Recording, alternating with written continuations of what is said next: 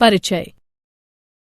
गौरव, अम्ल में पानी मिलाते समय सावधान रहो। पानी मिलते समय अम्ल को हिलाते रहो। ऐसा क्यों मैम? मैं इन्हें सीधे सीधे क्यों नहीं मिला सकता?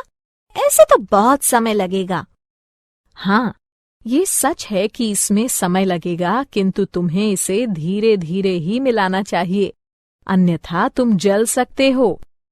अरे हाँ, मुझे पात्र गर्म लग रहा है। ऐसा क्यों है मैम? बताती हूँ। ऐसा अम्ल व क्षारक के मध्य अभिक्रिया के कारण है।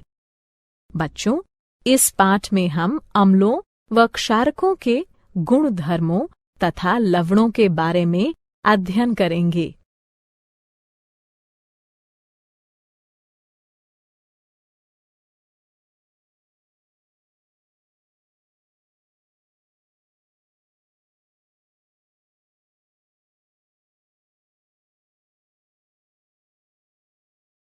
उद्देश्य।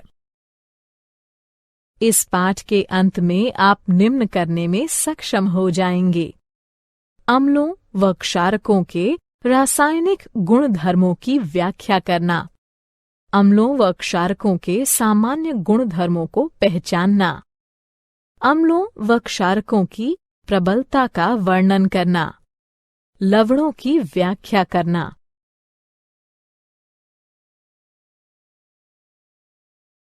अम्लों व क्षारकों के रासायनिक गुणधर्म।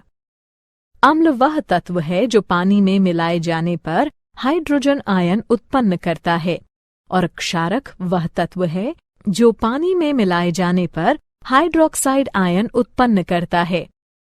अम्ल व क्षारक दोनों ही के रासायनिक गुणधर्म भिन्न भिन्न होते हैं।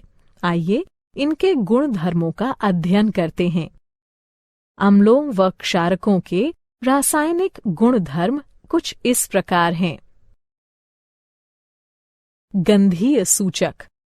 मान लीजिए आपको 4 रसायन दिए जाते हैं और अम्ल या क्षारक के रूप में उनकी पहचान करने को कहा जाता है।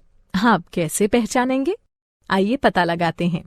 हमारे पास गंधीय सूचक है जो बताते हैं कि कोई तत्व विशेष गंध में परिवर्तन के कारण अम्ल या क्षारक है। इनका प्रयोग प्रयोगशालाओं में गंधीय अनुमापन नामक प्रक्रिया द्वारा यह देखने के लिए किया जाता है कि कोई विलयन अम्ल है या क्षारक। गंधीय सूचक इस सिद्धांत पर कार्य करते हैं कि जब कोई अम्ल या क्षारक किसी तत्व में मिलाया जाता है तो उसकी गंध का पता नहीं लगाया जा सकता। उदाहरणार्थ, लाल पत्ता गोभी का रस। इस द्रव का रंग नीला बैंगनी होता है, परंतु जब यह अम्लीय तत्वों के संपर्क में आता है तो लाल हो जाता है, और जब क्षारक के संपर्क में आता है तो हरा या कभी कभी पीला हो जाता है।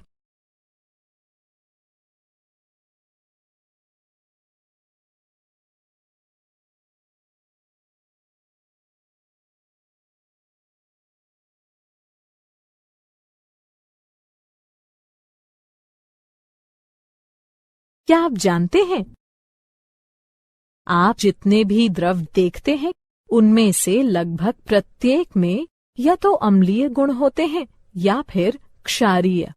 जल यानी H2O अम्ल व क्षारक दोनों हो सकता है। इसे कुछ अभिक्रियाओं में अम्ल माना जा सकता है, जबकि अन्य में क्षारक। जल अम्ल या क्षारक बनाने के लिए स्वयं के साथ भी अभिक्रिया कर सकता है।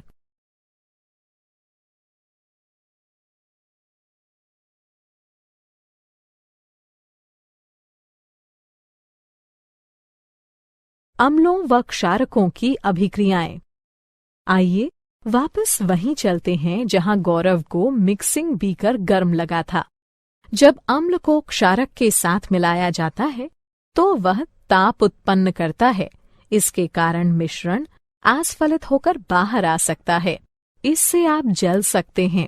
साथ ही अत्यधिक स्थानीय ताप के कारण कांच का पात्र टूट भी सकता है। अतः अम्लों व क्षारकों के साथ कार्य करते समय हमें सावधान रहना चाहिए। आइए अब अम्लों व क्षारकों की धातुओं, धात्विक कार्बोनेटों व धात्विक हाइड्रोजन कार्बोनेटों के साथ परस्पर विभिन्न अभिक्रियाओं पर विचार करते हैं। धातुओं के साथ अभिक्रिया। हाइड्रोजन के ऊपर सभी धातुएं तनु अम्लों के साथ उनके संगत लवण बनाने व हाइड्रोजन को मुक्त करने की प्रतिक्रियाशीलता श्रृंखला में अभिक्रिया करती हैं। पोटेशियम, सोडियम व कैल्शियम जैसी सक्रिय धातुएं भी इसी प्रकार अभिक्रिया करती हैं, किंतु अम्लों के साथ मिलाए जाने पर विस्फोट कर देती हैं। धातु कार्बोनेटों व धातु हाइड्रोजन कार्बोनेटों के साथ अभिक्रिया।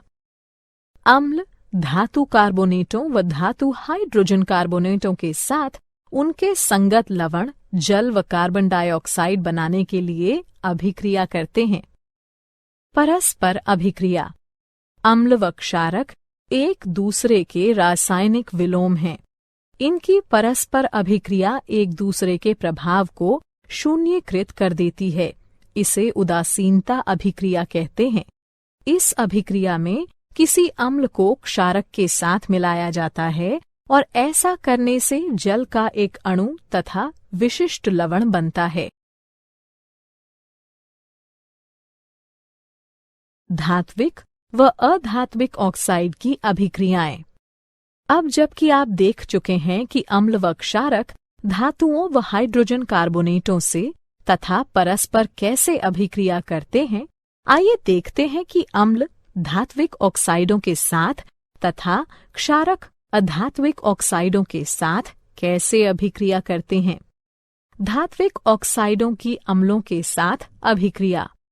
वे ऑक्साइड जो हाइड्रोक्सिल आयनों को उनके अणुओं से संलग्न करते हैं, क्षारकीय ऑक्साइड कहलाते हैं।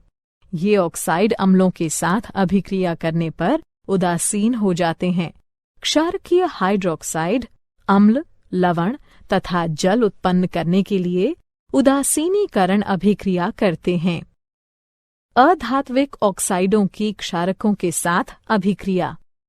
कैल्शियम हाइड्रोक्साइड की कार्बन डाइऑक्साइड के साथ अभिक्रिया लवण तथा जल उत्पन्न करती है। ये अभिक्रिया क्षारकों व अम्लों के मध्य होने वाली अभिक्रिया के समान है। इससे सिद्ध होता है कि अधात्विक ऑक्साइडों की प्रकृति अम्लीय होती है।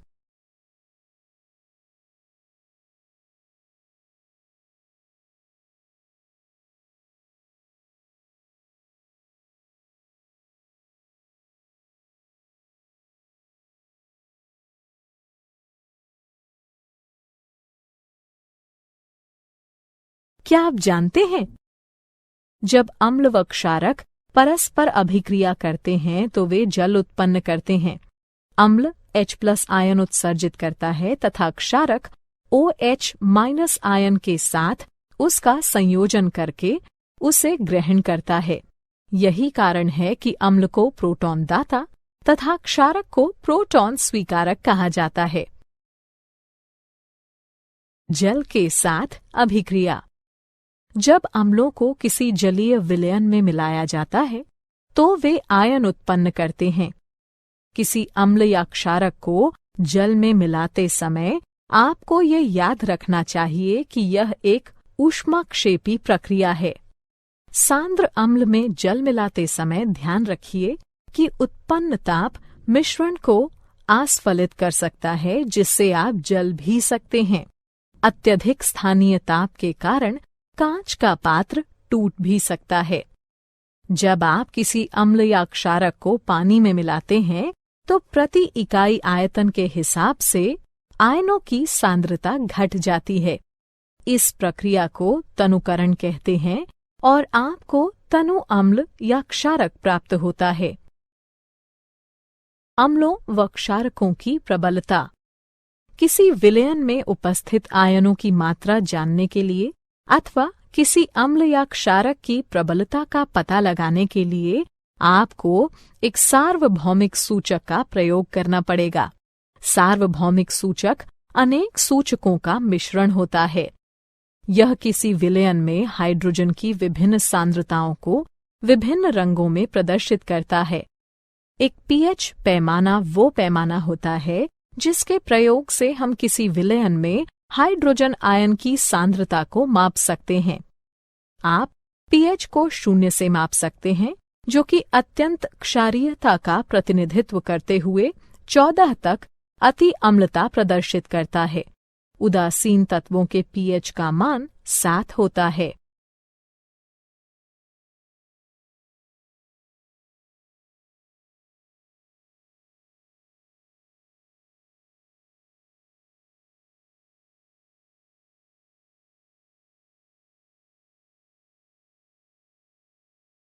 क्या आप जानते हैं, सभी अम्लों के गुण धर्म समान होते हैं। आप जानते हैं कि धातुओं के साथ अम्लों की अभिक्रिया कराए जाने पर हाइड्रोजन गैस उत्सर्जित होती है। इससे सिद्ध होता है कि हाइड्रोजन सभी अम्लों में विद्यमान है। तथापि आपको ये पता लगाना होगा कि क्या हाइड्रोजन रखने वाले सभी तत्वों में अम्लीय गुण धर्म पाए जाते हैं।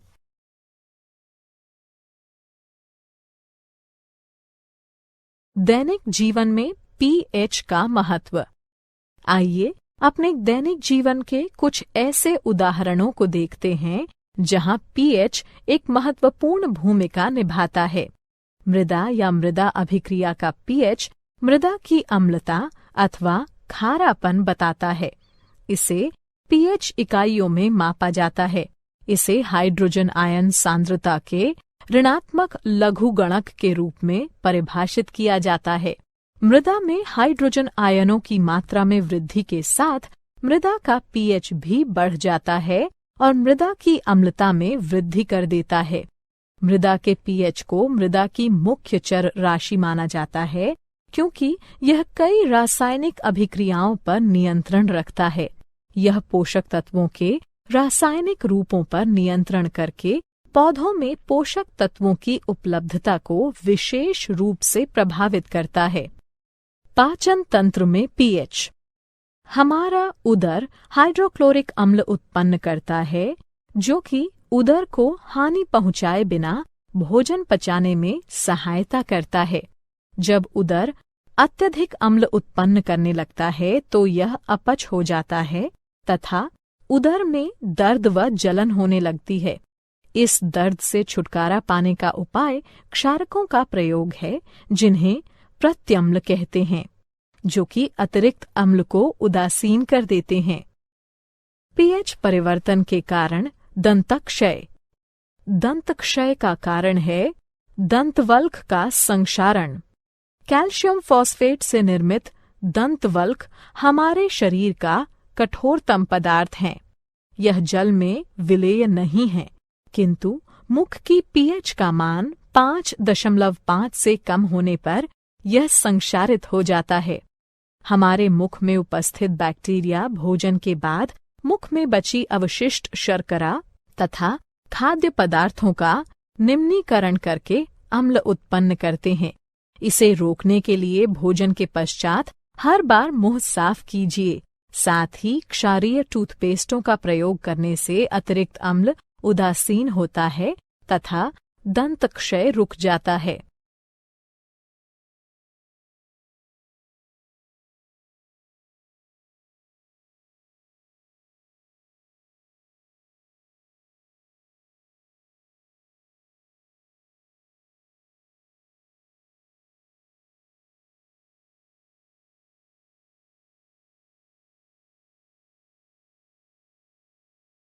क्या आप जानते हैं, पशु व पौधे आत्मरक्षा में अम्ल उत्सर्जित करते हैं।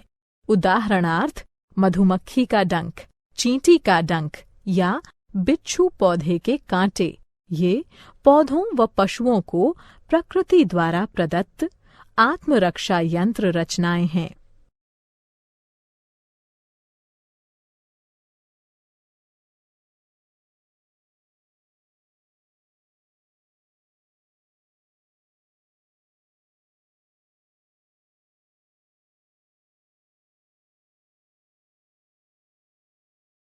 लवण परिवार।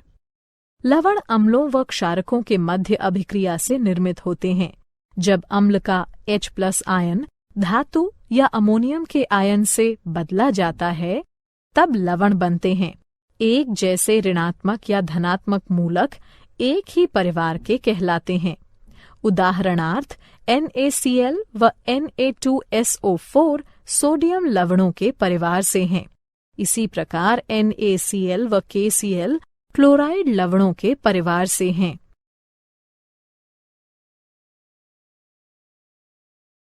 लवणों का pH। यहाँ लवणों का pH दिया गया है। एक प्रबल अम्ल व एक प्रबल क्षारक 7 pH के मान का होता है। एक प्रबल अम्ल व एक दुर्बल क्षारक 7 से कम pH के मान का होता है।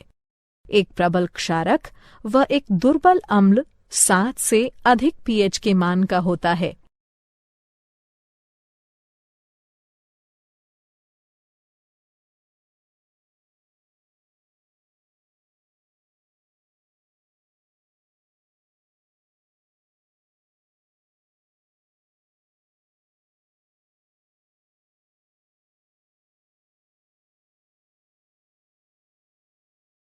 सामान्य लवणों से मिलने वाले रसायन। लवणों से प्राप्त होने वाले कुछ रसायन निम्नलिखित हैं। सामान्य नमक।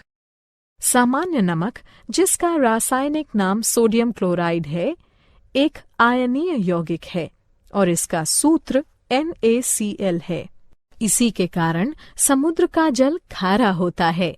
खाद्य नमक का मुख्य अवयव होने के नाते यह एक मसाले व खाद्य परीक्षक के तौर पर सामान्यतः प्रयोग में लाया जाता है।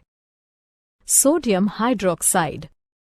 सामान्यतः कास्टिक सोडे के नाम से पहचाने जाने वाले सोडियम हाइड्रोक्साइड का आणविक सूत्र NaOH है।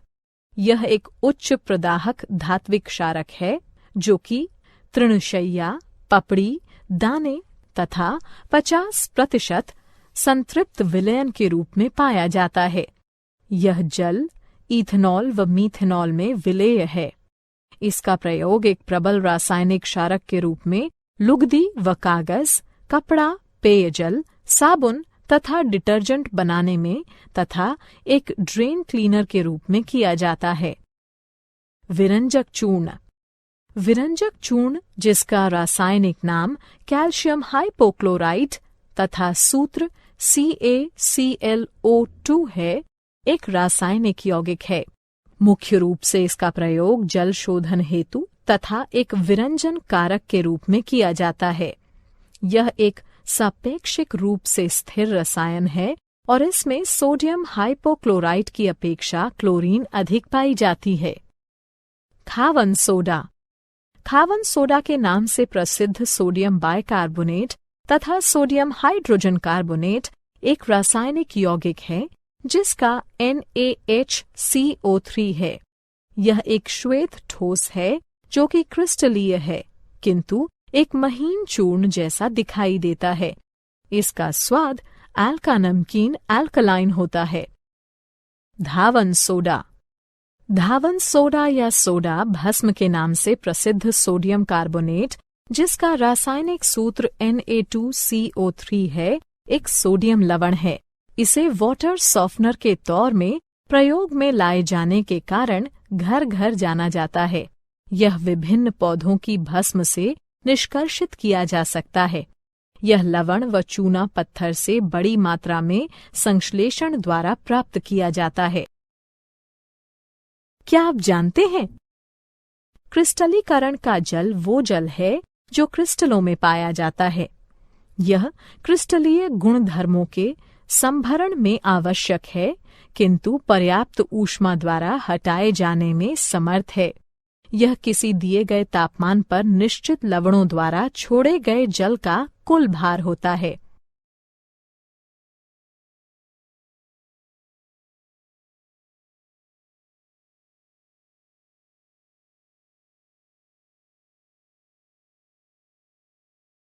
सारांश। आइए हमने जो कुछ सीखा है उसे संक्षेप में दोहराएं। अम्ल वो पदार्थ है जो जल में मिलाए जाने पर हाइड्रोजन आयन उत्पन्न करता है, जबकि क्षारक वो पदार्थ है जो जल में मिलाए जाने पर हाइड्रोक्साइड आयन उत्पन्न करता है। गंधीय सूचक पदार्थ विशेष की गंध में परिवर्तन के द्वारा ये बताते हैं कि वह पदार्थ अम्ल है या क्षारक। आप जो भी द्रव देखते हैं उसमें या तो अम्लीय लक्षण होंगे या फिर क्षारकीय। हाइड्रोजन से ऊपर सभी धातुएं अपने अपने लवण बनाने व हाइड्रोजन को मुक्त करने के लिए अभिक्रियाशीलता श्रृंखला में तनु अम्लों के साथ प्रतिक्रिया करती हैं।